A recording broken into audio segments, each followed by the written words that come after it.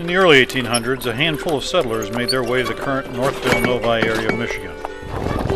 Toting their land grabs, horses, wagons, farming and lumber tools, they began clearing the land, farming, then building the grist mill, the lumber mill, dry goods stores, churches, blacksmiths, livery, and local schoolhouses.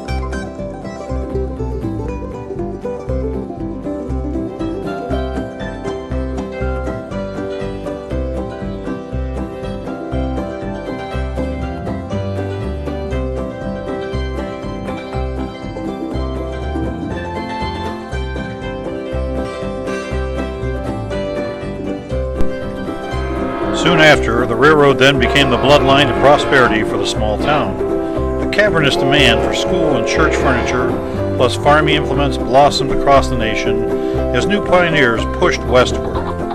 Northville businessmen capitalized on the demand by producing and shipping their wooden products nationwide, thereby infusing the local economy with employment and cash.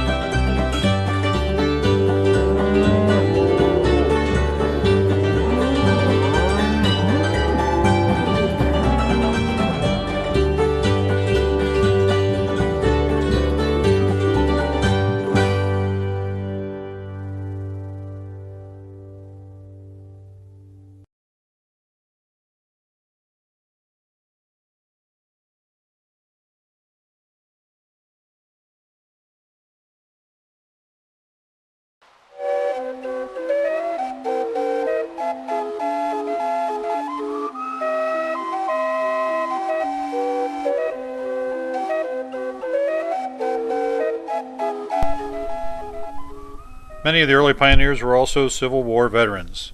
Pictured here are E.S. Horton and Captain E.K. Simmons. They served together in the 5th Cavalry.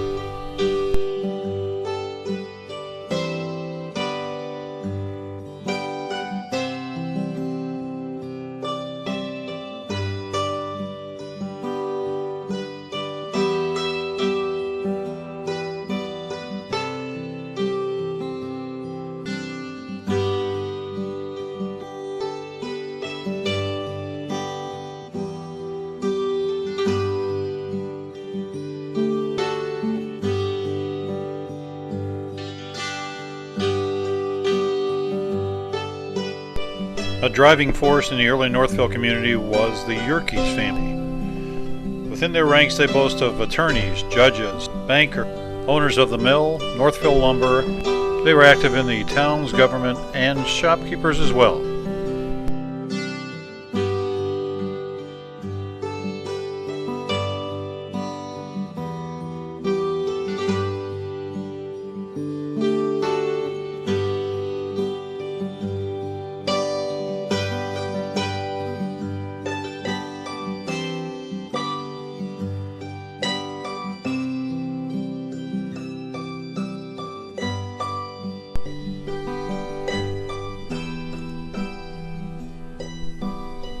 One year after the death of President Lincoln, there was a gathering held by the citizens of Northville, very likely in the church that now sits in Millrace Village. This excerpt from a speech given that day. Give rest in the grave from strife. His work well done, his toils are o'er. He's free from secret foes combined. No fiendish hand can hurt him more. Our streaming eyes we lift to thee, a nation, trembling, Lord, in tears. Thou wilt now cause heal up the wounds, and give us peace from all our fears. Asa M. Randolph, April 15th, 1865.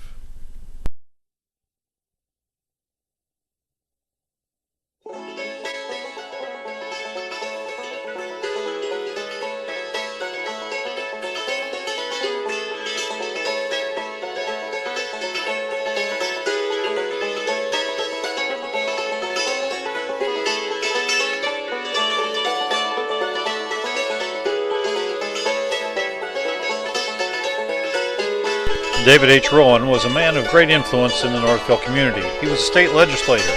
He was a postmaster several times over, a shopkeeper at Main and Center Streets, and his home was located at 521 West Katy Street.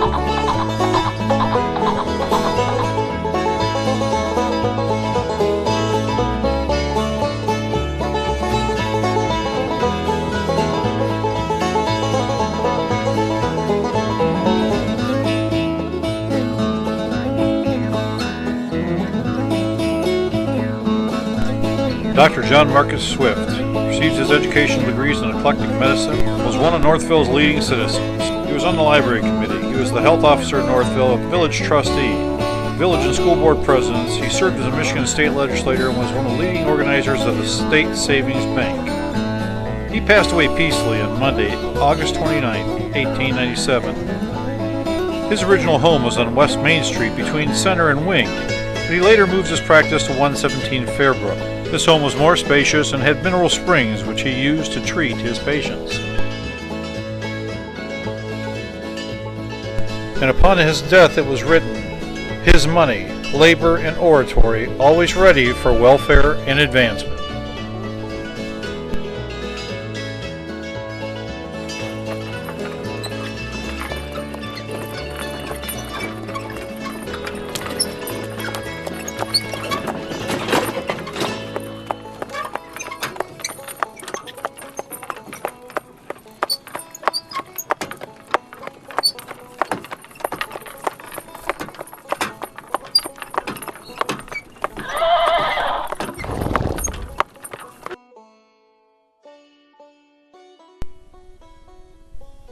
Soon after the Globe Furniture Company is established, Francis R. Beale becomes its president.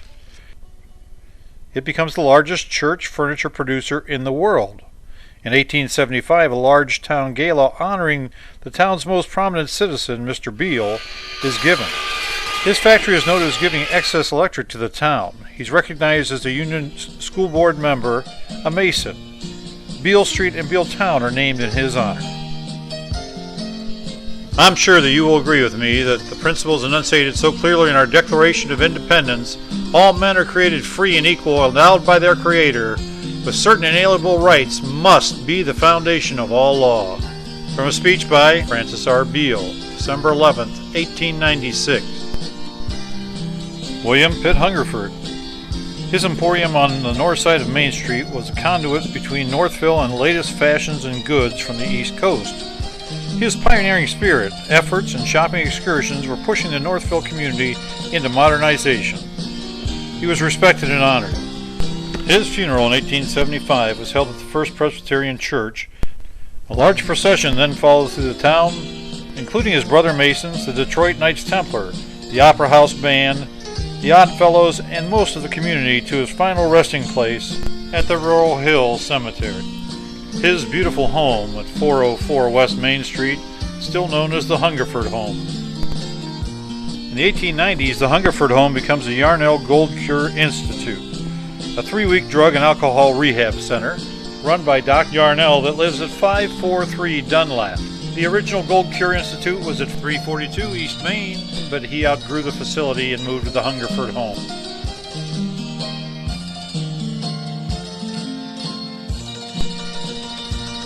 Some years later, the Hungerford home became the Schrader Funeral Home.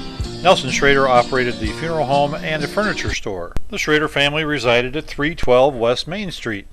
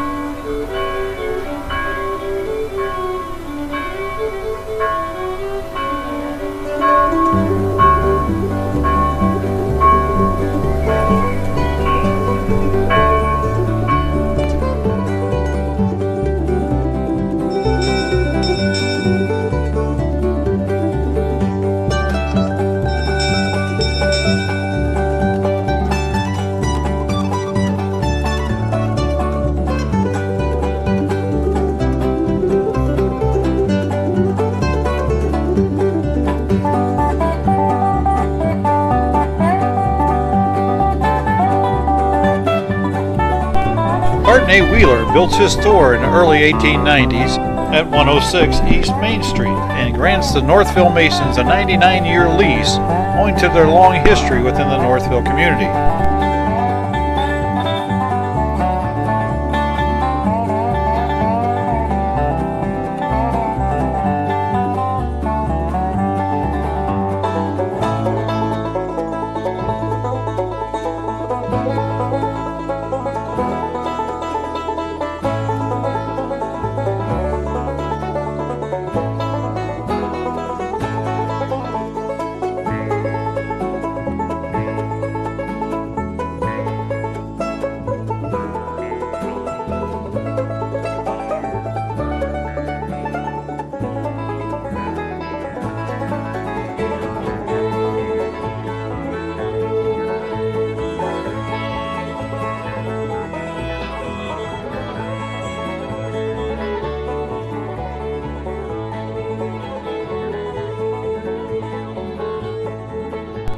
Dean Griswold is a direct descendant of Uncle John Griswold, original settler here in Northville.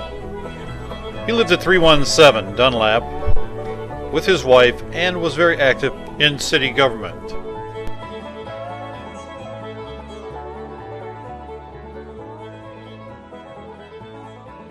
In 1844, Gerald S. Lapham came to Northville with his brother Ambrose. In 1871, he opened the J.S. Lapham Savings and Loan at the corner of Center and Main. It was the first brick building in Northville. His home later became the Northville Town Hall. Mary E. Lapham conceded to her father's wishes and worked as a cashier in his bank until his death, when her and her brother ran the bank until it was sold. She was the president of the Library Association, which she served for nearly 10 years, and she purchased the Young Men's Hall for the library in 1899, which she donated and still is the church in the Northville Mill Race Village today. She went on to become a doctor, traveling the world helping to save children and sick patients, later contracting the disease and dying at her home in Florida. T.G. Richardson is a successful businessman in Northville. He builds a beautiful white brick home at 223 High Street.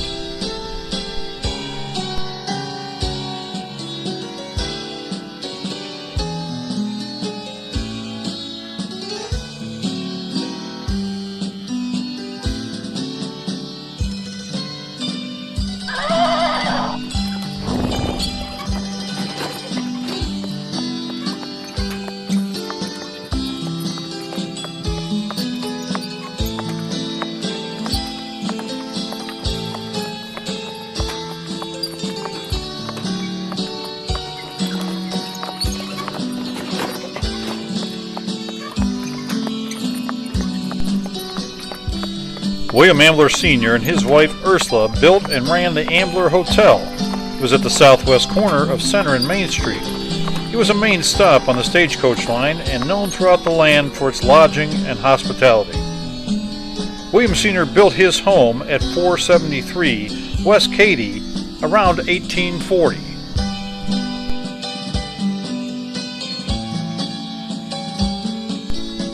William Ambler Jr. and his wife Sarah purchased the home at 547 West Main on the corner of Rogers Street from Elmer D.K., who bought it at the administration sale. Mr. Ambler Jr. was a noted member of society in Northville, pictured here with his 1908 Jackson automobile and his lovely wife, Sarah.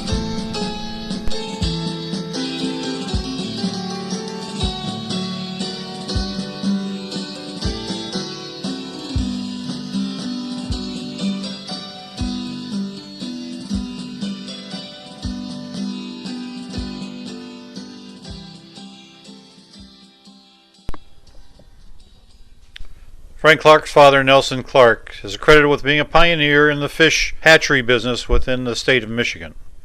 Frank Clark assumed the superintendent's position of the fish hatchery here in Northville in 1880, making it one of the finest facilities in the country. Sadly, he passed away on the train returning from Detroit. He and his family lived at 218 Dunlap Street.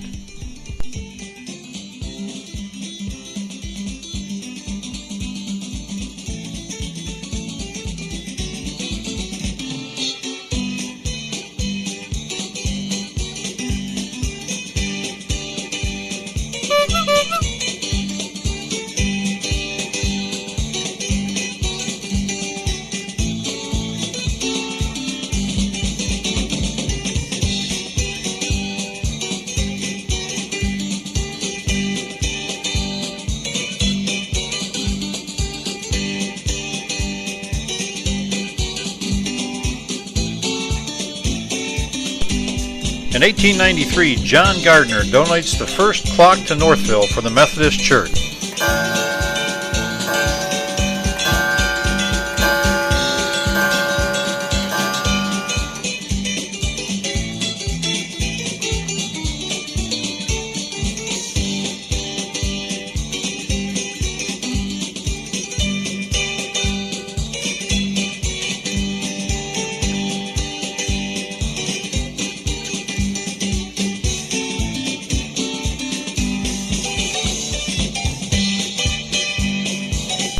Dr. Russell M. Atkinson was originally the superintendent of the Homeopathic Medical School at the University of Michigan Hospital. He and his family moved to Northville in 1924 to establish a hospital and his practice. Later, his son graduated from the University of Michigan and also joined him in the practice. At 501 West Dunlap, the corner of Dunlap and Linden Street.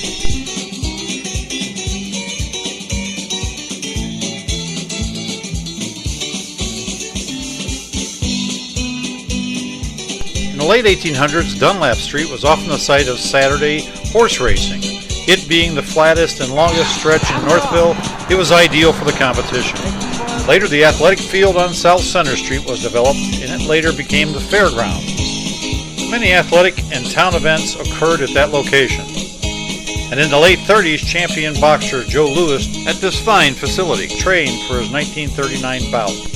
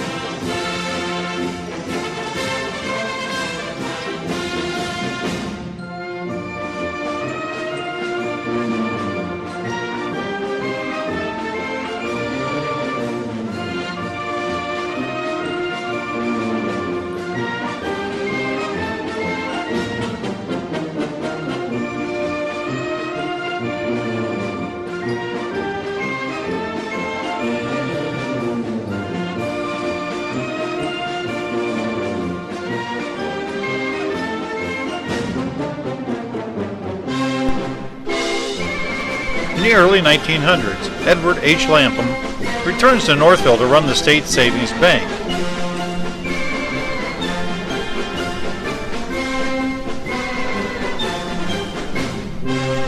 His home is at 239 High Street, and his wife is a daughter of Miss Camilla Swift Dubar. After an illness, Mrs. Dubar passes away peacefully at their home.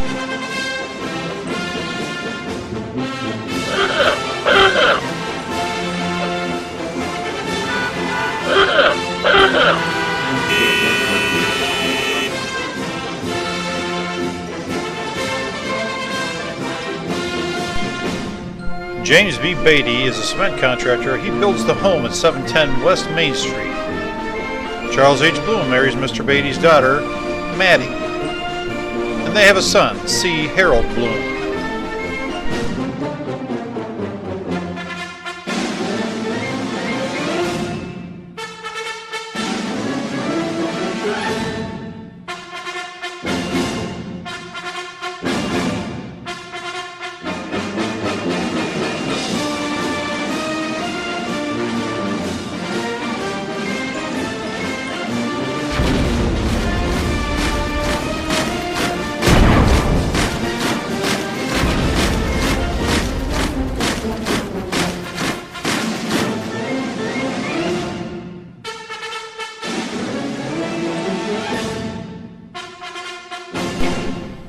Lloyd H. Green is a young soldier from Northville, Michigan.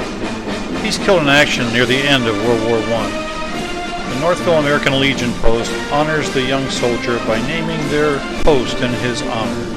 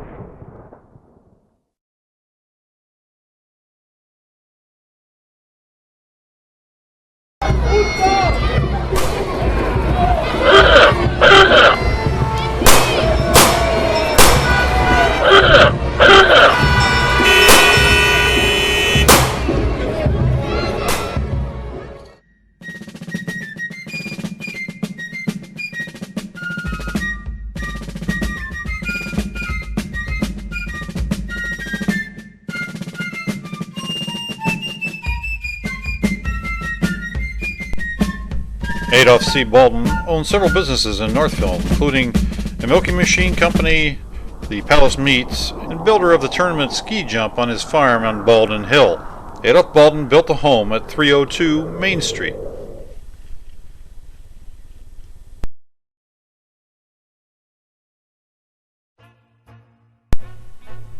In 1909, Louis A. Bobbitt is the cashier at the Northville State Savings Bank.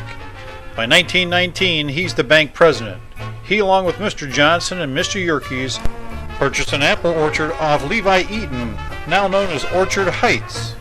The three men subdivide the lots, and Mr. Louis Bobbitt builds his home at 306 South Rogers Street.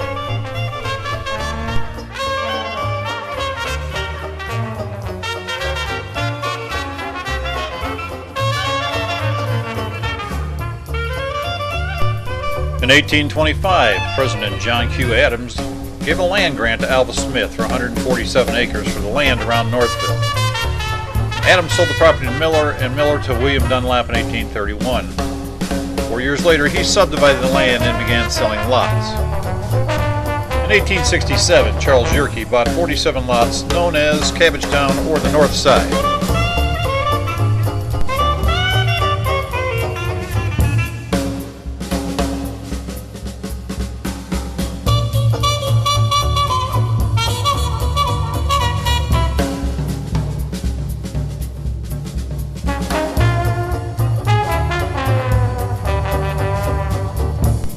George Rayson was a shoemaker that lived at the corner of Yerkes and Grace Street in Cabbagetown.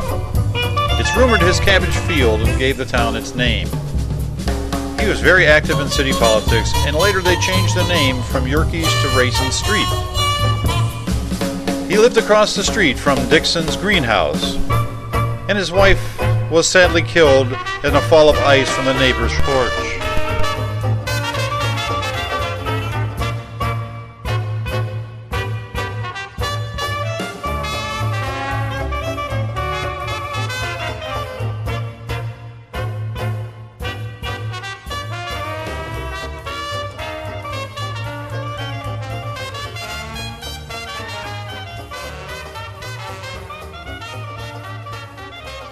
Edward Whitaker settled in Northville in 1836.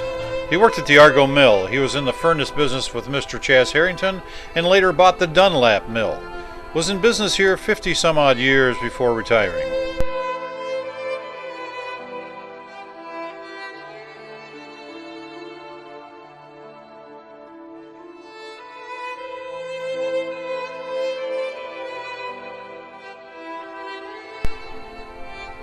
Robert Yerkes lived to the age of 85 years old. This quote from a poem he wrote 2 years prior to his death. The great unknown comes slowly on. Its mingled clouds are near. Never before in the span of life has its borders seemed so near. The countless ways that take us hence are numbered in the book of fate. Yet no one knows which one is his until the awful words, too late. Robert Yerkes, November 26, 1912.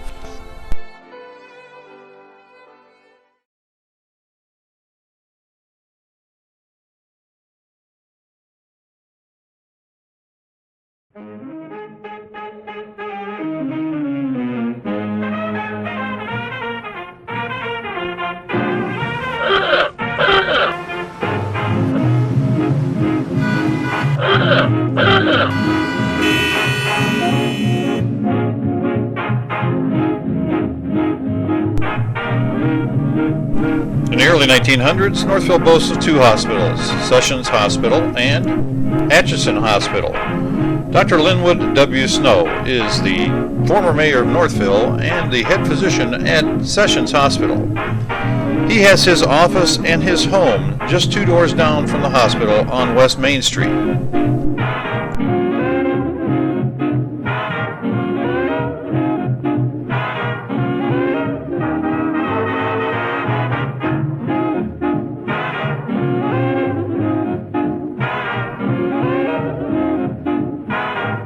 The Mayberry Sanatorium opened in 1921. It's a 900-acre facility west of Northville named for William Mayberry. It was the home to many sick children, and it was dedicated to help fight the raging war on tuberculosis.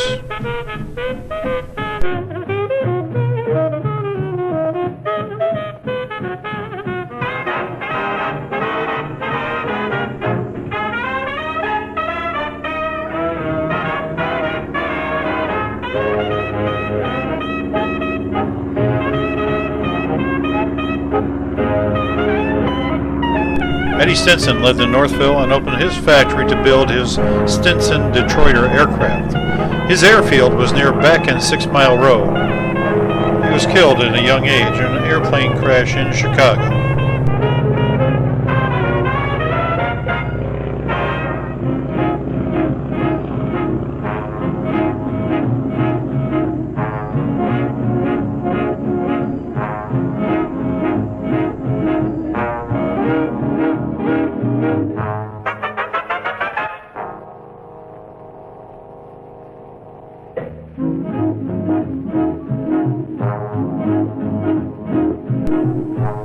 One week after attending President Harding's funeral together, Henry Ford, Thomas Edison, and Harvey Firestone visit Northville and tour the valve plant.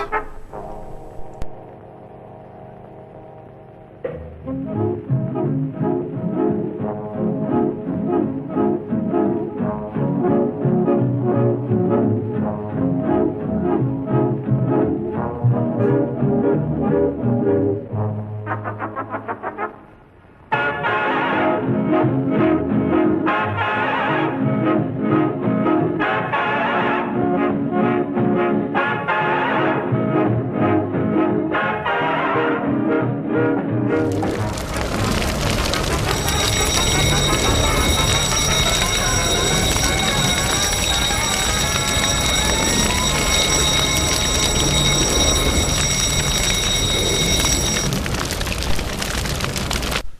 1925, a large fire consumes the north side of Main Street.